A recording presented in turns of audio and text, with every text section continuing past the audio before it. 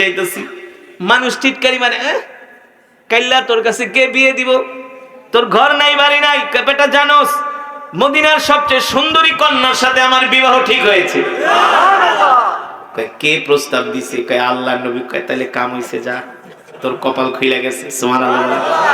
এবার জুলাইবি পত্র নিয়ে সাহাবী আবু আইয়ুব আনসারীর বাড়ির দরজার সামনে দাঁড়ায় বলে, ইফতাহিল বাব, দরজা খোলো, দরজা খোলো। এবার সাহাবী আবু আইয়ুব আনসারী ঘরের দরজা খুইলা দিলেন, দেখলেন জুলাইবি তার দরজার সামনে দাঁড়ানো। সাহাবীর হাতে পত্র দিলেন। এবার সাহাবী আবু আইয়ুব আনসারী পত্রটা হাতে নিয়া পত্র পড়ে আর পাত্রর দিকে তাকায়, দেখে পাত্র তো একেবারে মাশাআল্লাহ ব্ল্যাক গোল্ড। ব্ল্যাক গোল্ড বোঝেন নাই? দেখতে যেমন কালো, না কালো সোনা, ব্ল্যাক গোল্ড, দেখতে যেমন কালো। সাহাবী আবু আইয়ুব আনসারীকে, আমি তো তোমাকে চিনি, তোমার তো ঘরও নাই, বাড়িও নাই, টাকাও নাই, পয়সাও নাই, কিছুই নাই, শুধু চার হাত পা আছে তোমার, আর কিছুই নাই। আপনারাই বলেন, এমন নিঃস্ব ছেলের কাছে কোন বেড়ায় মেয়ে বিয়ে দিতে চাইবে? আর মেয়ে হলো মদিনার সবচেয়ে সুন্দরী কন্যা, কিন্তু কপালে থাকলে ফিরায় কে? এলাকার ভিতরে কিছু যুবক আছে, দেখবেন খালি মেয়েদেরকে এখানে জ্বালায়, ওইখানে জ্বালায়, না পরে এমন জায়গায় বিয়া কইরা কপাল থাবড়ায়। আর কিছু যুবক আছে কোনোদিন নাফরমানি করে না, গুনাহ করে না, আল্লাহ একেবারে জায়গা মতো নিয়ে ফালায়।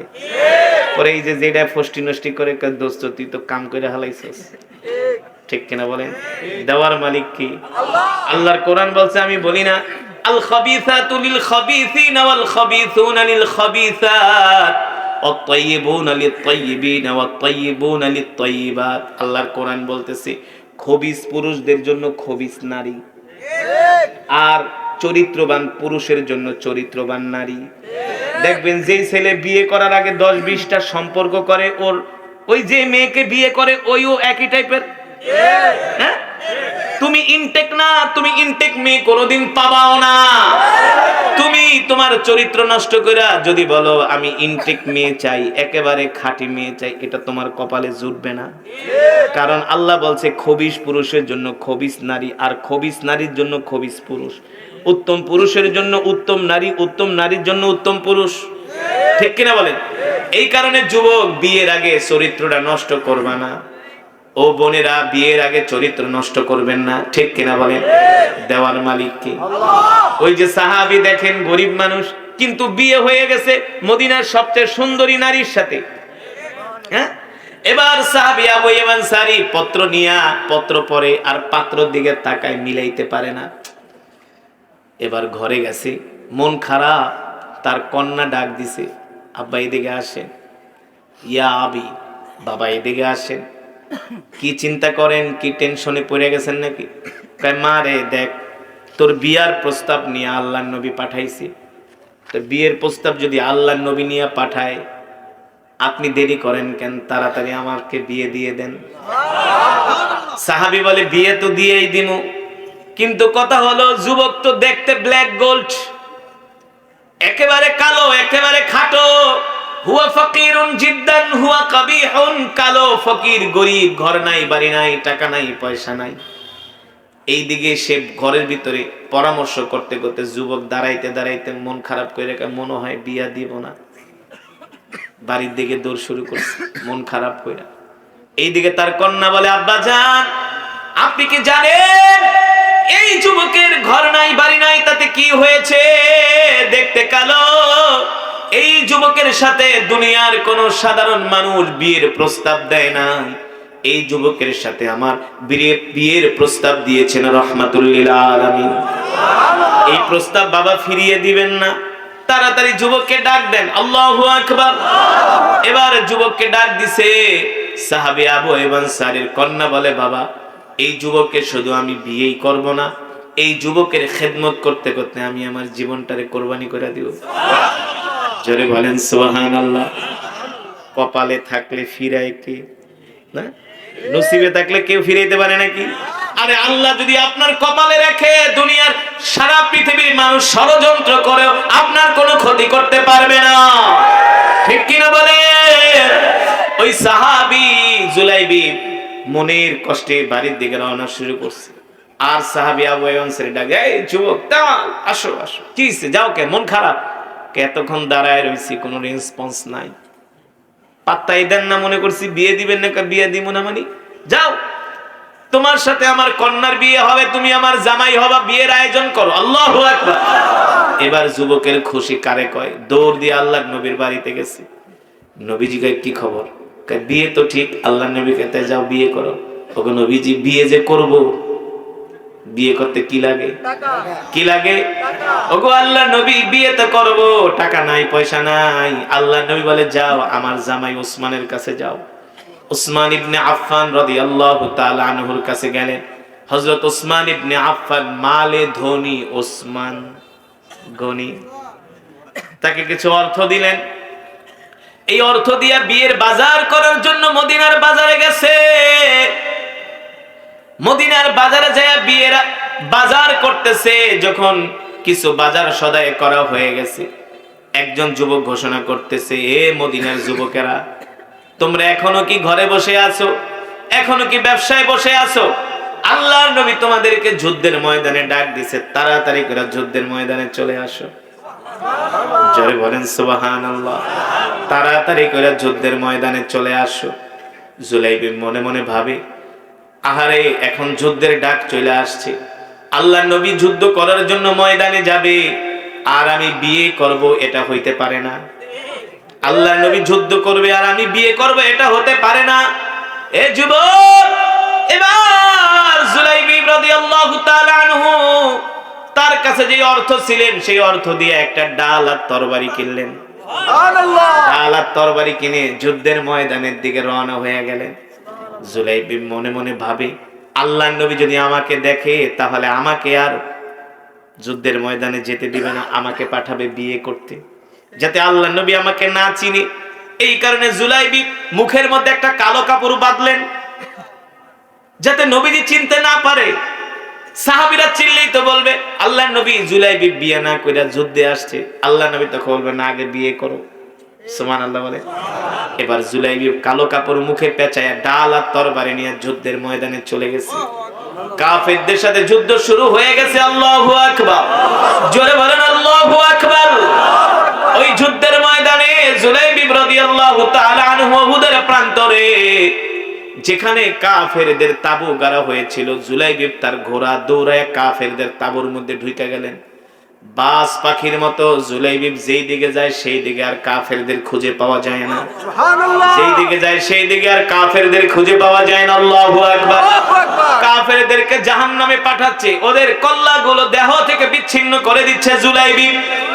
এক পর্যায়ে জুলাইবিব রাদিয়াল্লাহু তাআলা আনহু যুদ্ধ করতে করতে যুদ্ধের ময়দানে শহীদ হয়ে যায়। সুবহানাল্লাহ। যখন যুদ্ধ শেষ হয়ে গেল, আল্লাহর নবী সাহাবীদেরকে বললেন, ও সাহাবীরা যাও যাও, আমার কোন কোন সাহাবী শাহাদাত বরণ করছে তাদের লাশগুলো আমার কাছে নিয়ে আসো। এবার সাহাবীরা সমস্ত সাহাবীদের লাশগুলো সংগ্রহ করে করে আল্লাহর নবীর কাছে লাশগুলো নিয়ে আসলেন। দেখা গেল যুদ্ধের একেবারে কাফেররা যেখানে তাবু গেড়েছিলেন সেখানে কালো কাপড় পেছানো একটা লাশ পড়ে আছে। মাটির ভিতরে মুখ থুবড়ে লাশটা পড়ে আছে, চেহারা দেখা যায় না। প্রথম সাহাবীরা মনে করেছিল এটা কোনো কাফেরদের লাশ হতে পারে, কিন্তু আল্লাহর নবী বলে আমার মন ভালো লাগছে না, দেখো দেখো আর কোন লাশ আমাদের আছে কিনা, আমার আর কোন সাহাবী শহীদ হয়েছে কিনা। একজন সাহাবী এসে বলেন, ও আল্লাহর নবী, একটা লাশ দেখতেছি, ওই কাফেরদের তাবুর কাছে কালো কাপড় পেঁচানো, মুখের মধ্যে চেহারা চেনা যায় না। আল্লাহর নবী বলে যাও যাও, যে দেখো কার লাশ। সাহাবীরা খুঁজতে খুঁজতে যে দেখেন জুলাইবিব রাদিয়াল্লাহু তাআলা আনহু আল্লাহর জমিনে দ্বীন কায়েম করার জন্য উহুদের ময়দানে জুলাইবিব শহীদ হয়ে গেছে। আল্লাহু আকবার। তার নিথর দেহটা যুদ্ধের ময়দানে পড়ে আছে। যখন কালো কাপড় মুখ থেকে সরালেন আর জুলাইবিবের চেহারাটা স্পষ্ট ফুটে উঠছে। জুলাইবিবের শরীর থেকে রক্ত ঝরতেছে, মুখ থেকে রক্ত ঝরতেছে। সাহাবীরা দৌড়ায় গেলেন, ওগো আল্লাহর নবী, এই লাশ তো অন্য কারো লাশ না, এই লাশ হলো আমাদের ভাই জুলাইবিবের লাশ। আল্লাহু আকবার। আল্লাহর নবী কান্না কইরা দিলেন আর বলেন, হায় রে, আহারে, আমি আমার জুলাইবিবকে পাঠাইছিলাম বিয়ে করার জন্য, আমার জুলাইবিব আমার মোহাব্বতে বিয়ে করে নাই, বিয়ে না করে আমার জুলাইবিব যুদ্ধের ময়দানে চলে আসছে। আল্লাহু আকবার। যাও যাও, আমার জুলাইবিবের লাশটা আমার কাছে নিয়ে আসো। এবার আল্লাহর নবীর কাছে জুলাইবিবের লাশ আনা হলো। আল্লাহর নবী কোল মোবারকের উপরে জুলাইবিবের লাশটা রেখে আল্লাহর নবী আদর করে আর বলে, জুলাইবিব, পাঠাইছিলাম বিয়ে করতে, বিয়ে না করে তুমি আমার মোহাব্বতে আল্লাহর জমিনে দ্বীন কায়েমের জন্য এসে শহীদ হয়ে গেছো। আল্লাহু আকবার।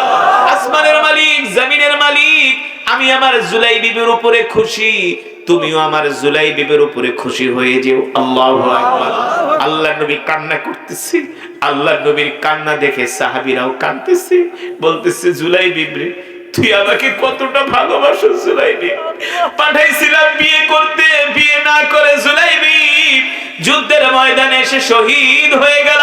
ও জুলাইবিব, যাও যাও, তোমার সাথে আমার জান্নাতে দেখা হবে। আল্লাহু আকবার।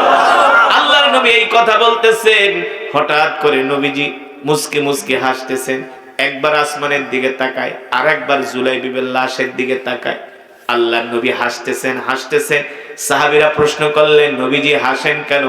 নবীজি আবার মাঝে মাঝে তার দুই চোখ হাত দিয়া এইভাবে বন্ধ করে দেয়। আল্লাহ নবীকে সাহাবীরা প্রশ্ন করলেন, ওগো আল্লাহর নবী, আপনি আপনার চোখগুলো বন্ধ করে রাখেন, কারণ কি? কারণ কি? কারণ কি? আল্লাহর নবী বলে, এ সাহাবীরা, আমার জুলাইবিব গিয়েছিল বিয়ে করতে, বিয়ে না করে আল্লাহর জমিনে আল্লাহর দ্বীন কায়েম করার জন্য শহীদ হয়ে গেছে। এই জন্য আমার জুলাইবিবের লাশ নেওয়ার জন্য জান্নাত থেকে দলে দলে হুর আসতেছে। আল্লাহু আকবার। হুরেরা এসে আমার জুলাইবিবের লাশ কারাকারি করে আর বলে, ওগো নবীজি, জুলাইবিবের লাশটা আমাদের কাছে দিয়ে দেন। আল্লাহু আকবার। আমরা জুলাইবিবকে জান্নাতে নিয়ে যাব। আল্লাহু আকবার। ও মুসলমান, আল্লাহ রাসূলের সাহাবীরা আল্লাহর জমিনে দ্বীন কায়েমের জন্য কত কষ্ট করেছেন, ঠিক কিনা বলেন? বিয়ে করতে গিয়েছে, বিয়ে না করে যুদ্ধের ময়দানে এসেছে। আমরা তো সেই নবীর উম্মত, যেই নবী আমাদেরকে নিয়ে ফেরেশতাদের সাথে প্রশংসা করেছে, যেই নবী আমাদেরকে নিয়ে আল্লাহ তাআলার কাছে প্রশংসা করে, যেই নবী আমাদেরকে বারবার আমাদের কথা বলে, যেই নবী আমাদেরকে এত ভালোবাসে, আমরা সেই নবীর উম্মত। আসলে আমরা সেই নবীর উম্মত হইয়া আমরা নবীজির সুন্নাত গুলো ঠিক মতো মানি না, ঠিক কিনা বলেন? আল্লাহর বিধানগুলো পালন করি না, আমরা ঠিক মতো নামাজ পড়ি না, আমরা মসজিদে যাই না, দ্বীনের সাথে আমাদের সম্পর্ক নাই। না না মুসলমান যুবক, এটা কোনো মুসলমানের কাজ হতে পারে না, ঠিক কিনা বলেন? আজকের মাহফিল থেকে আমরা ওয়াদা করব, জীবনে যতদিন বাঁচবো আল্লাহর নবীর সুন্নাত মানব, ঠিক কিনা বলেন? জীবনে যতদিন বাঁচবো 5 ওয়াক্ত নামাজ পড়বো। রাজি আছেন? কে কে রাজি আছেন? হাত উঠে আল্লাহকে দেখান। লিল্লাহি তাকবীর। বলেন আল্লাহ। আরো জোরে বলুন আল্লাহ।